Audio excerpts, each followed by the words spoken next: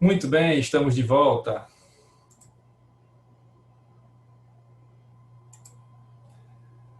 Antes de continuar aqui o assunto, né, deixa eu já dar um aviso importante a vocês que nas próximas semanas a nossa querida monitora, Kerine, ela não vai estar só assistindo aqui as aulas como ela está fazendo todos os dias, né? Ela está aqui sempre batendo ponto.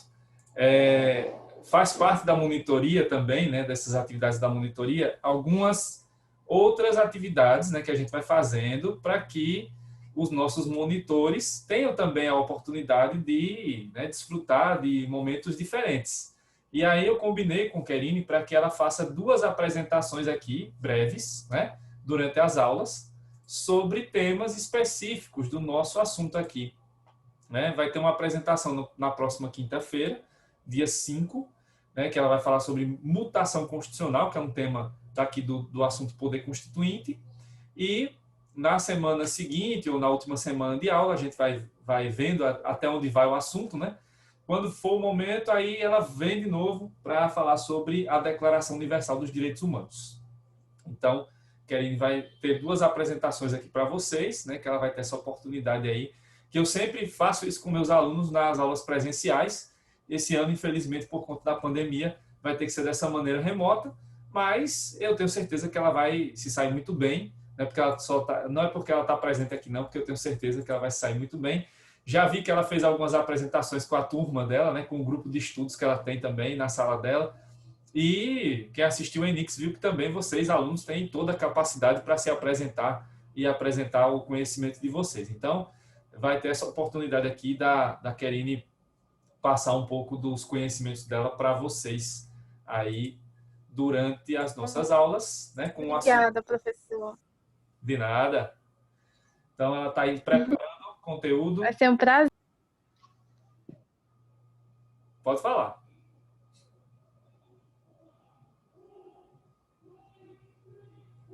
O microfone cortou.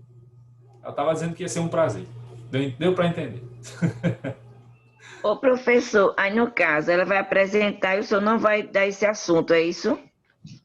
A gente vai ter a apresentação e, na sequência, vocês vão poder fazer perguntas e eu vou poder fazer esclarecimentos. Então, vai ser uma forma da Kerine poder fazer... Cortou.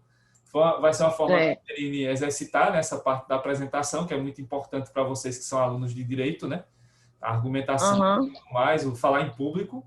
E também a gente vai ter a oportunidade aqui para vocês tirarem dúvidas e aí ela pode responder, mas claro, ela é aluna, né, como vocês. Então, se precisar de alguma pergunta mais aprofundada, eu venho e dou a resposta, né? Vou estar por aqui, então vai ser a oportunidade para a gente debater um pouquinho também, discutir o assunto, né?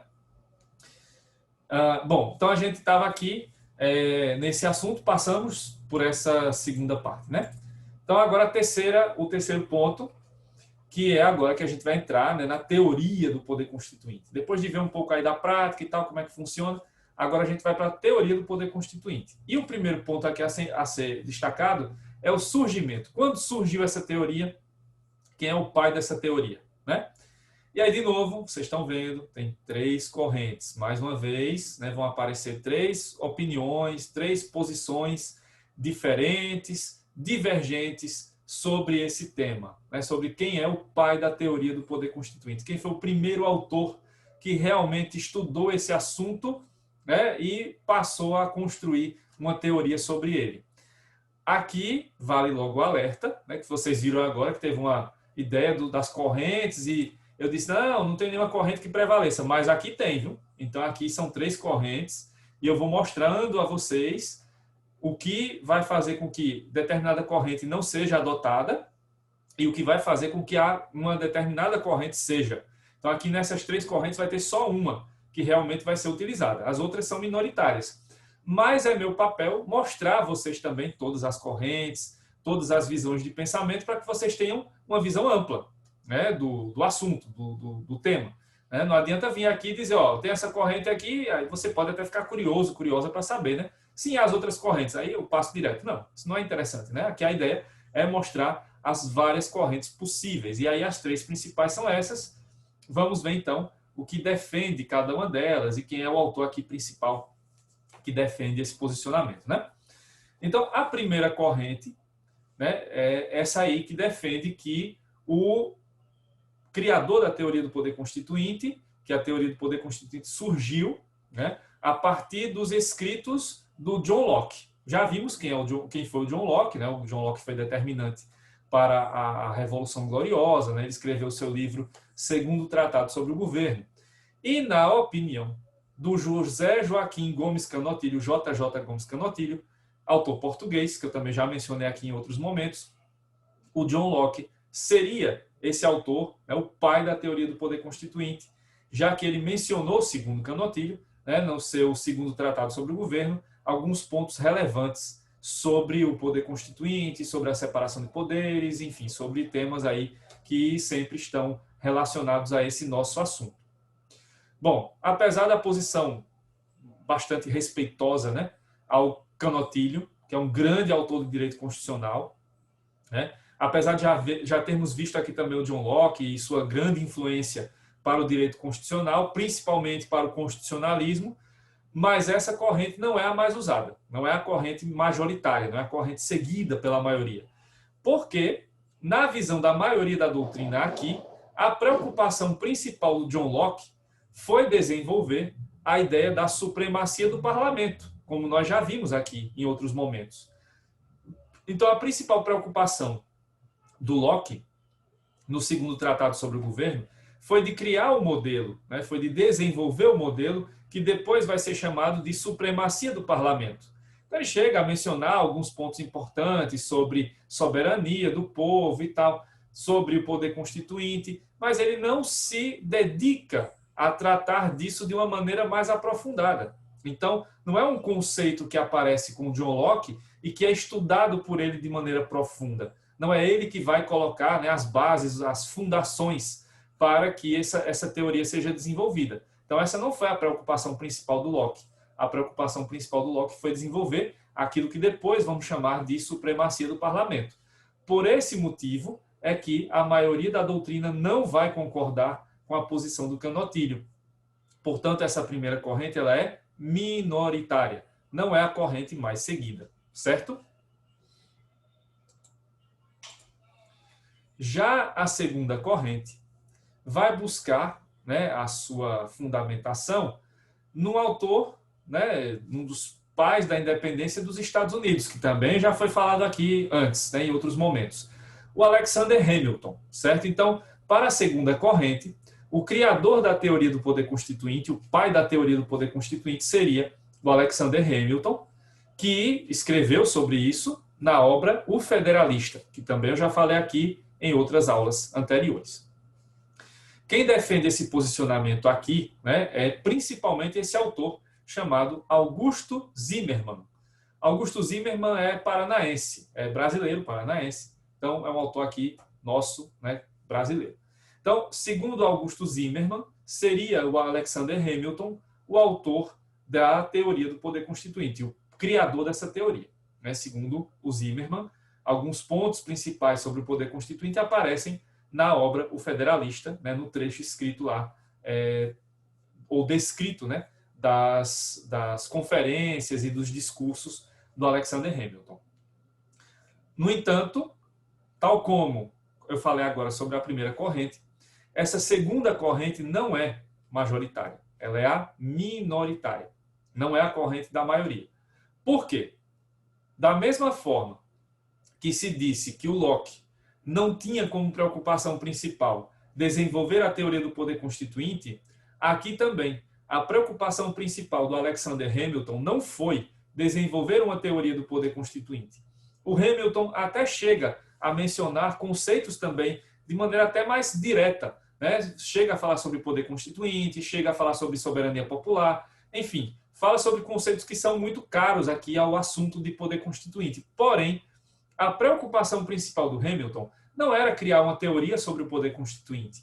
A preocupação principal do Hamilton era resolver os problemas que estavam aparecendo naquele país recém-criado, os Estados Unidos. Então, da mesma forma que os demais chamados pais da independência, a preocupação do Hamilton era resolver problemas que apareciam nos Estados Unidos recém-criados, como aquele, por exemplo, que a gente viu aqui da discussão sobre qual seria o poder indicado para defender a Constituição, né, que ele defende lá o poder judiciário.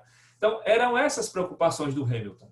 Não há preocupação de criar um poder ou uma teoria, né, sobre o poder constituinte. Essa não foi uma prioridade para o Hamilton. Apesar de que ele usou conceitos que nós usamos até hoje, né, mas ali não era o foco principal do Hamilton.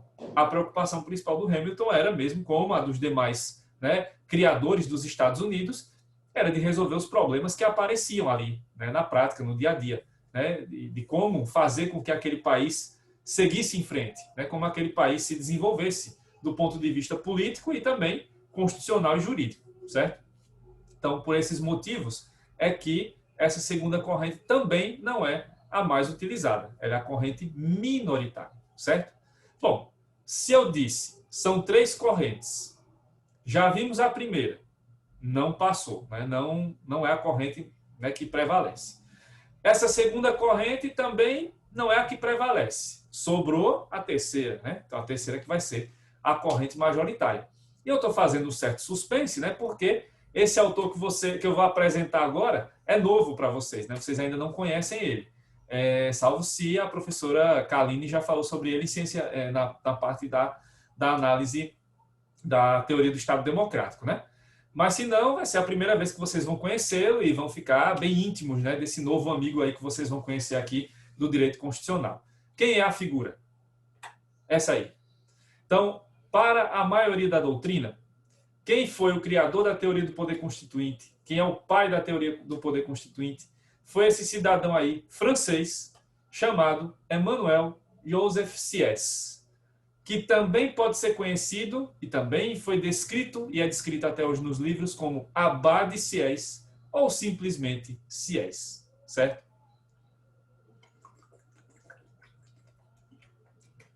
Então foi o Emmanuel Sieyès que desenvolveu a teoria do poder constituinte, que foi fundamental para a Revolução Francesa, para a Declaração de Direitos, né, do homem e do cidadão, que a gente já viu aqui, já mostrei a vocês de maneira geral, e também foi fundamental para a primeira Constituição da França, porque ele foi eleito deputado depois da Revolução, né, ele foi deputado constituinte. Então, os discursos do Sieyès foram fundamentais para, né, determinar ali o texto da primeira Constituição francesa e também, né, anos antes, a Declaração de Direitos, né, que veio da Revolução. Então, foi o Emmanuel Sieyès o criador da teoria do poder constituinte. Antes de passar para a teoria em si, vamos falar um pouquinho do Sieyès, porque eu estou apresentando a figura para vocês, né? Então, é a primeira vez que vocês estão tendo contato com ele. É bom conhecer um pouquinho da vida do Sieyès. Vocês estão observando aí que aparece um nomezinho, né, que está associado à igreja, né? Abade. Abade é um cargo exercido dentro da Igreja Católica. Então, Sieyès fazia parte da Igreja Católica, né? Mas ele não tinha posição de destaque, né? Ele tinha uma posição subalterna, uma posição da base ali, né, da pirâmide, da hierarquia da Igreja Católica. Então, Sieyès, ele era francês, ele nasceu nos arredores de Paris, né, ele nasceu então na periferia de Paris, e ele era de família não pobre, né, mas uma família, vamos dizer, se fosse hoje, né, classe média baixa. Então, a família dele tinha recursos ali básicos para sobreviver, né? Como na época, se a pessoa queria estudar, né, e não tinha condições financeiras, tinha que ir para um seminário, né, um convento. Foi isso que aconteceu. O Sieyès foi estudar lá, né, junto com os padres, né, e aí ele acabou saindo do seminário e estava em fase, né, de ordenação. Só que ele não estava numa função ainda de, por exemplo, rezar missas, né, porque o abade seria uma figura abaixo do padre. Inclusive, aqui tem um erro de tradução, né? Quando a nomenclatura, né, o cargo que ele exercia lá na igreja francesa, foi traduzido para o português, acabou virando abade, mas ele não era abade, ele era uma função ainda mais básica, né? A primeira função depois que a pessoa sai do seminário. Então ele não era ainda, não estava ainda apto para rezar missas e tal. E se ele tivesse continuado na Igreja Católica, ele possivelmente não ia muito longe, né? Por quê? Porque a estrutura da Igreja Católica da época, ela reproduzia a estrutura desigual da sociedade francesa da época. Então, só podia, né, alguém ter uma pretensão de chegar a bispo, arcebispo, cardeal, até papa, se tivesse condições financeiras, se fosse rico, né? Se pertencesse à nobreza. Como o Sieyès era de classe média baixa, quase pobre, então ele não tinha como chegar a cargos altos. Então, no máximo, ele seria monsenhor, padre, não passaria disso, né? Então, o Sieyès não chegaria a uma posição de destaque na Igreja Católica, justamente porque, né, por conta da sua origem. E ele sabia disso, ele tinha consciência disso. Tanto é que muito mais o Sieyès vai estar associado à visão da burguesia, né, do chamado da terceira classe social, do terceiro estado, do que a própria visão da igreja, já que a Igreja Católica nessa época estava mais associada ao governo, né, ao status quo, à situação, né, que estava em vigor, do que à visão revolucionária. Então, o Sieyès, para ele poder para ele poder entrar na revolução, ele teve que, de certa maneira, se afastar das suas atividades, né, exercidas na igreja, da sua posição dentro do clero, certo? Então, esse foi o Sieyès, né? Então, o Sieyès, ele participou ativamente da Revolução Francesa e, como eu disse agora há pouco, ele foi eleito, né? Ele chegou a ser eleito deputado, né, na Constituinte Francesa, e ele, então, fez vários discursos sobre esses pontos fundamentais aí da construção da Constituição, e foi ele, então, responsável, nesses discursos, por desenvolver as ideias que mais à frente seriam, né, colocadas como a teoria do poder constituinte. Isso tudo foi colocado, né, num livro, num livreto, é um livro pequenininho, fácil de ler, rapidinho de ler, né? Então, a partir desses discursos que o Sieyès fez na Assembleia Constituinte Francesa, surgiu um livro que no seu título original, né, no francês, tinha uma pergunta, né? O título original era: o que é o terceiro estado? E aqui no Brasil, né, quando ele foi traduzido, aí, como vocês já devem estar acostumados, né, tem sempre a versão brasileira de um filme, de uma série, de um livro. Aí muitas vezes o nome original desaparece, né? É colocado o nome que é uma adaptação. Mas nesse caso aí até que não ficou tão ruim não a adaptação, porque tem a ver realmente com o tema, né, principal do livro do Sieyès. Aqui no Brasil, então, esse livro é conhecido como A Constituinte Burguesa. Esse é o título aqui no Brasil que vocês podem encontrar, né? Se vocês quiserem ler o livro na íntegra, né, esse é o título do livro hoje, né, A Constituinte Burguesa, certo? Tem a ver justamente porque burguesia é sinônimo de terceiro estado. E aí eu já aproveito para lembrar uma coisa a vocês, né? Lá na nossa primeira aula, creio eu, né, foi a nossa primeira aula de conteúdo mesmo, eu falei sobre Estado e sobre conceitos, né, significados da palavra Estado.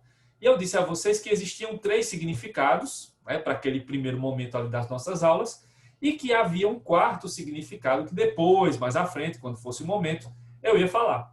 Chegou o momento, é agora, né? Então é agora a hora de falar desse 4º significado da palavra Estado.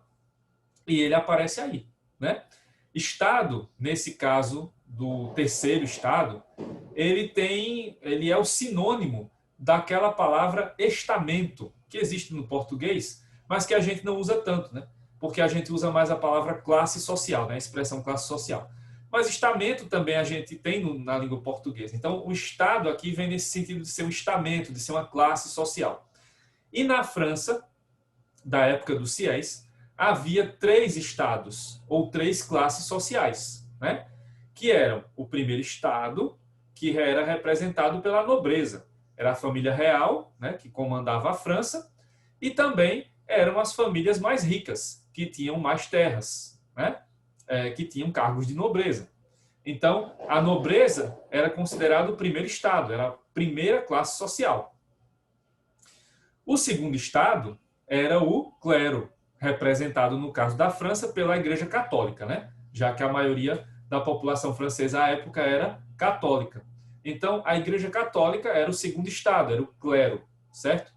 Que era associado à nobreza, né? Porque havia uma relação próxima entre Estado e Igreja, portanto, a família real que estava na nobreza e o clero que estava no segundo estado estavam ali praticamente juntos, né? E, finalmente, tínhamos o terceiro estado. O terceiro estado era a burguesia, né? Era o povo em geral. Só que nessa época, claro, não se falava em pessoas pobres, miseráveis. Essas eram pessoas completamente excluídas do conceito de cidadania à época, né? Então, o que se falava aqui era em burguesia, né? E aí a burguesia era eram os empresários, né? Os fabricantes já da indústria francesa, né? Eram os comerciantes, né? Então, esses eram considerados os burgueses. Isso na esfera urbana, né? Nas cidades. Nas cidades eram os comerciantes, eram os donos das indústrias. Na zona rural eram os latifundiários, né? Eram os produtores rurais, os donos das grandes fazendas e também os donos das fazendas menores, né? Então, os produtores rurais é que eram considerados burgueses. No século XVIII, né, época da Revolução Francesa, ainda não se falava também trabalhadores, né? Então, os trabalhadores, de certa maneira, estavam meio que excluídos também desse terceiro estado, apesar de que, de uma maneira geral, eles estavam ali, pelo menos na Revolução, eles foram aproveitados, né? Mas depois acabou que os trabalhadores tiveram que, já no século XIX, lutar pelos seus próprios direitos. Então, nós tínhamos aqui essa divisão na França, da época do Sieyès, em 3 estados ou 3 classes sociais. Então, primeiro estado, nobreza; segundo estado, igreja, né, o clero; e terceiro estado, a burguesia, que era a classe social a qual o Sieyès se associava mais, né, pela sua origem, né? Por isso que o título original do livro é O que é o terceiro estado? Porque o Sieyès queria responder essa pergunta. O que é a burguesia? O que ela significa? Qual é a importância da burguesia para a sociedade francesa? Foi aí que, né, foi aí que surgiu a inspiração para a obra do Sieyès, certo? Que a gente vai ver agora na sequência, né? Claro que eu não vou analisar página por página, mas vamos ver de maneira resumida, né, em que consistiu essa teoria desenvolvida pelo abade Sieyès. Bom, o livro do Sieyès, a gente pode dividi-lo em 3 partes, certo? Numa parte inicial, né, em que ele vai falar sobre o contexto da Revolução Francesa. Uma segunda parte, em que ele vai falar do pós-revolução, né, o que é que vai ser possível, quais são as propostas para o novo Estado que surge, né, o novo modelo de Estado francês.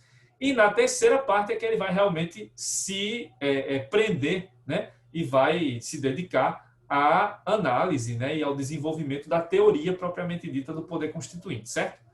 Mas para que a gente possa chegar à terceira parte é preciso entender e compreender, né, qual era o pensamento do Sieyès nas partes anteriores, porque para isso é necessário, né, entender o que o Sieyès pensava de início para poder depois entender o que ele pensa lá no final do livro sobre o poder constituinte, certo? Pois bem, então vamos à primeira parte da teoria do Sieyès. Nessa primeira parte, o Sieyès vai apresentar 3 perguntas e 3 respostas, em que ele vai trazer a síntese, né, em que ele vai resumir a situação do terceiro estado, da burguesia, à época da Revolução Francesa. Eu vou falar aqui o que ele colocou, né, do jeito que está lá no livro, e claro, depois eu vou explicar o significado disso aí, né, dessas expressões que a princípio são tão simples, né, são tão simplistas, mas não é tão simples assim a análise que o Sieyès faz sobre essas perguntas e respostas. Então, a primeira pergunta que o Sieyès faz no livro é a seguinte: o que é o terceiro estado? E a resposta que ele dá é tudo, né? Então, o que é o terceiro estado? Tudo. A segunda pergunta, o Sieyès coloca da seguinte maneira: o que o terceiro estado, que ele tem sido o terceiro estado até agora na ordem política? Resposta: nada. E aí a terceira pergunta, né? O que é que o terceiro estado pede? O que é que ele pede? Para ser alguma coisa, né? Mas é tão simples assim? Não, não é tão simples assim, né? Parece ser simples à primeira vista, mas não é.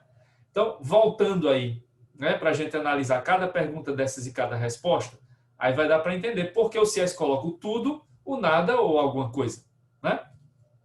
Então, a época da Revolução Francesa, né, como era a situação da burguesia antes da Revolução? Bom, do ponto de vista econômico e social, né, o terceiro estado da burguesia significava praticamente tudo. Por quê? O motor de propulsão da economia francesa era a burguesia. Por quê? A burguesia era representada ali pelos empresários, né, pelos fabricantes, produtores industriais, pelos comerciantes, nas cidades, e na zona rural, pelos produtores rurais. Então, a burguesia era isso, né? Grandes produtores rurais, pequenos produtores. Nas cidades, donos das grandes indústrias, donos das pequenas indústrias, donos das grandes lojas, donos das lojas pequenas. Então, eles eram ali, né, os responsáveis por movimentar a economia do país. Além disso, eles eram os que pagavam os impostos, e os impostos eram altos. Então, vejam, né, a questão de se discutir e de se reclamar porque se paga altos impostos não vem de hoje. Não é de hoje que a gente reclama isso, não. Faz muito tempo, né, que já há reclamações e já houve revoluções por conta disso. Então, a burguesia francesa representava tudo do ponto de vista econômico e social, porque essa classe social era maior, né? Então, o povo em geral estava na burguesia, então a grande maioria da população da França estava enquadrada na classe social burguesia, e do ponto de vista econômico, essa classe social era a que movimentava a economia do país e era a que sustentava o Estado francês, porque era a burguesia que pagava impostos. E as outras classes sociais? Elas só desfrutavam desse dinheiro que entrava, né? Porque a nobreza não pagava impostos e muito menos a igreja, né? Até parece um certo país que a gente conhece agora em pleno século XXI, né? Que não só não cobra impostos de igrejas, mas ainda dá isenções de bilhões de reais às igrejas, né? Incentivando cada vez mais a sonegação dos poucos impostos que elas ainda têm que recolher, né? Parece, mas eu acho que eu estou errado, né? Deve ser só mera coincidência. Mas, enfim, voltando para o caso francês, né? A nobreza e o clero não pagam impostos, né? A burguesia é quem vai pagar tudo. Então, na verdade, é a burguesia quem carrega, né, o país nas costas, porque são eles que têm que movimentar a economia e ainda vão ter que ter a obrigação de pagar os impostos que vão sustentar os luxos da igreja e dos que estão lá em cima no poder, da nobreza, né? Que não pagam nada, né? E só vão desfrutando do que o Estado francês vai arrecadando. Então, essa foi a observação que o Sieyès fez quando ele disse isso. Tudo. O tudo era isso, né? Porque a burguesia representava muito, quase tudo mesmo, do ponto de vista econômico e também do ponto de vista social, certo? Já respondendo à segunda pergunta, aí o Sieyès vai falar sobre a questão política. Como era a representação política da burguesia antes da Revolução Francesa? Era muito pequena, por isso que ele diz nada, porque não significava quase que nada. Primeiro que a França era uma monarquia, então não tinha chance de ter um presidente, né? E, claro, o rei sempre era da nobreza, nunca ia aparecer um rei pobre, né? Então, o rei estava sempre lá no primeiro estado, na nobreza, não ia aparecer um rei da burguesia. Então, no poder executivo, a burguesia nunca poderia chegar ao poder naquele modelo. Sobrava, então, o poder legislativo, né? O parlamento. Mas lá no parlamento, a representação dos burgueses era muito pequena, eram pouquíssimos deputados, e eles nunca tinham poder, né, para conseguir levar adiante seus projetos. Então, acabava que a burguesia, naquela época, era representada tal como se fosse um partido nanico, hoje no Brasil. Você tem ali na Câmara dos Deputados partidos com 5 deputados, 6. Né? Sozinhos eles vão fazer o quê? Nada. Né? Eles precisam se unir para formar uma maioria. Mas onde que 6 deputados vão conseguir formar uma maioria? É muito difícil, né? Então, esse era o modelo da burguesia. Eles tinham deputados lá, né? Os representando no parlamento antes da Revolução. Mas eram tão poucos que não faziam diferença, né? Eles não conseguiam levar adiante os projetos políticos da burguesia, certo? Então, do ponto de vista político, realmente não tinha como a burguesia evoluir, né? Naquele modelo, se aquele modelo continuasse vigente.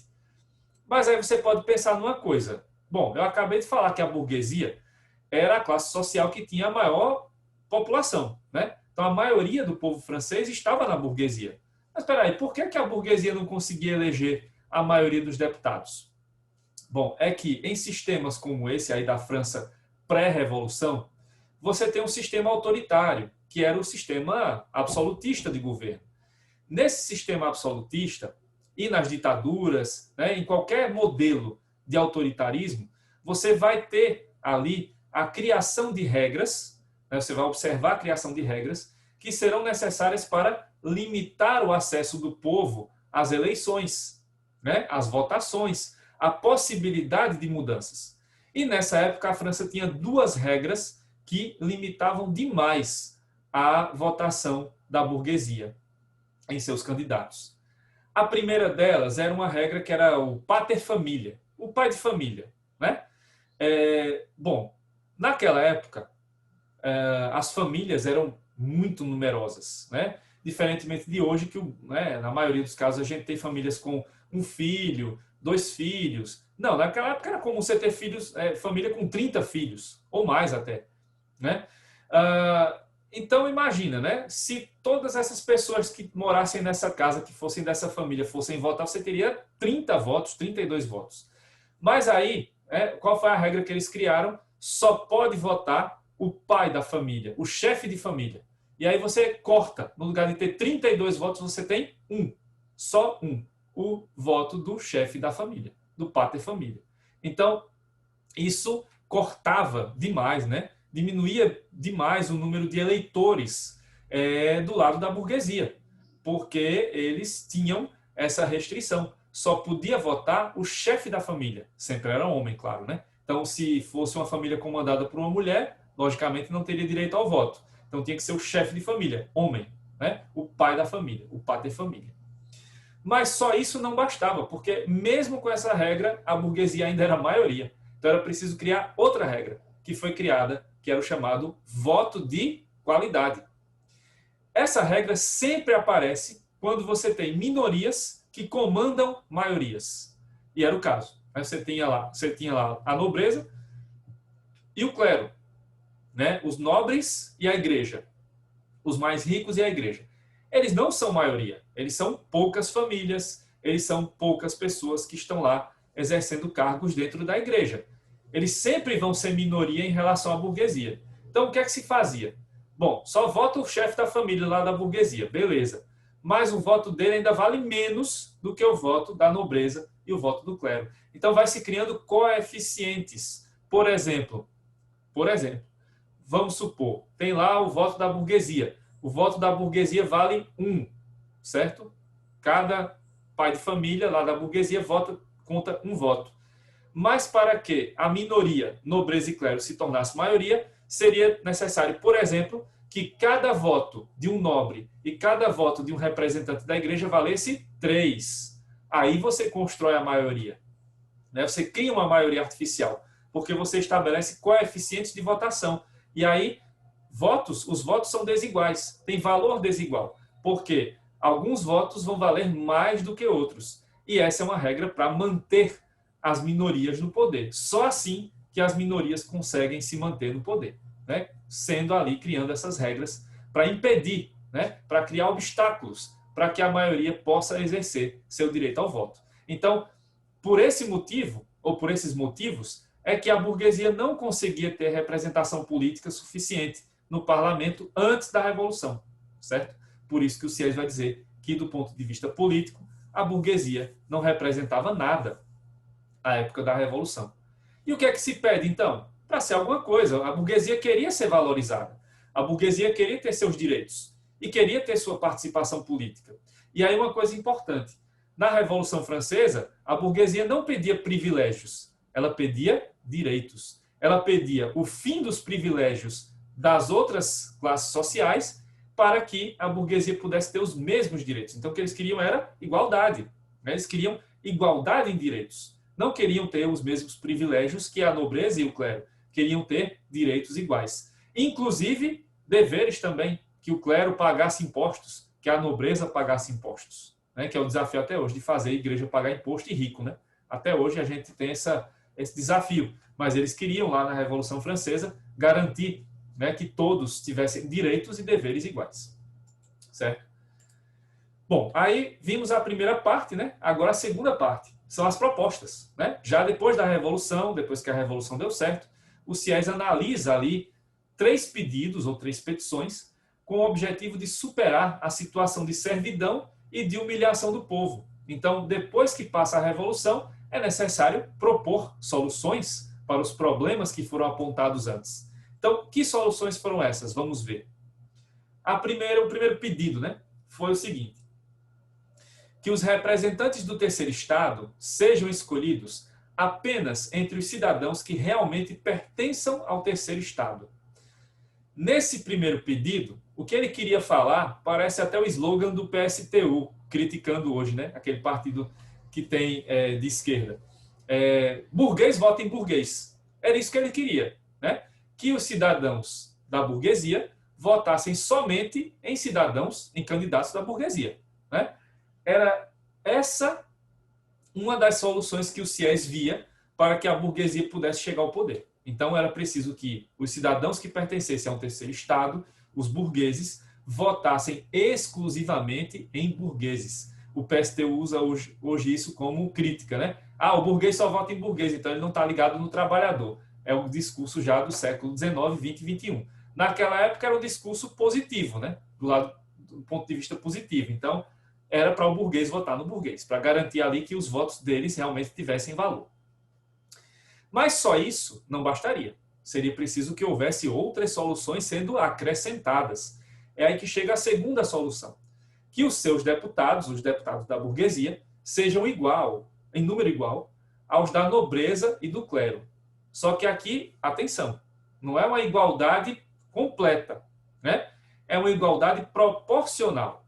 Porque, veja, exemplo, se a gente está falando aqui de 300 deputados, exemplo, e a gente leva ao pé da letra essa proposta do Siés, então a gente deveria pensar no seguinte, então são 100 deputados para a burguesia, 100 deputados para a nobreza e 100 deputados para o clero. Mas isso daria resultado? Não. Você só teria uma quantidade maior de deputados da burguesia. Mas eles ainda não poderiam, né, brigar, né, de igual para igual com as outras classes. Por quê? Como eu falei agora no começo, nobreza e clero estavam associados. Eles eram unha em carne, né? Então, carne e unha, alma gêmea, né? Então, era essa a natureza aí da nobreza e do clero. Então, eles não poderiam, os burgueses, bater de frente com o clero e com a nobreza, tendo uma igualdade real, né? Eles precisavam ter uma igualdade proporcional. Então, o que o Siés queria aqui não era que se fizesse uma divisão dessa, 100, 100, 100, né? Dos 300, mas uma divisão diferente. 150 deputados para a burguesia e 150 para as outras classes sociais. Aí você tem um empate. E se você tem um empate, você pode ter a negociação, o diálogo. Olha ele de novo aqui, né, aparecendo, né? Então, você pode ter o diálogo, você pode convencer o outro lado, pelo menos um deputado, a passar para o seu lado. E você pode conseguir a vitória no parlamento. Então, era isso que o Siés queria. Ele não queria a igualdade real, ele queria uma igualdade proporcional. Que houvesse ali 150, se houvesse 300 deputados, que a metade fosse da burguesia e a outra metade para as outras classes. Já que eles representam uma coisa só, então que eles fiquem e se dividam para lá com o seu coeficiente. E do lado de cada burguesia, nós vamos adotar a nossa regra, né, de todo mundo votar na burguesia, todo burguês votar em burguês, para a gente garantir a metade das vagas. Mas só isso não bastava, era preciso usar a terceira regra, que os estados gerais votem por cabeça e não por ordem. Aí aparecem 3 nomenclaturas, que eu vou falar aqui rapidinho. Estados gerais é o nome dado às eleições gerais na França. Então, convoca-se os estados, convoca-se as classes sociais. São as eleições gerais. Voto por cabeça é a regra de hoje. É um nome feio, mas é a regra de hoje. É a regra famosa de cada pessoa um voto. É a nossa regra. A gente vai votar dia 15 agora para prefeito e vereador e essa é a regra. O nosso voto vai valer a mesma coisa. O meu voto vale igual de Querine, de Thelma, de Marcelo, de Elisa, etc. Né?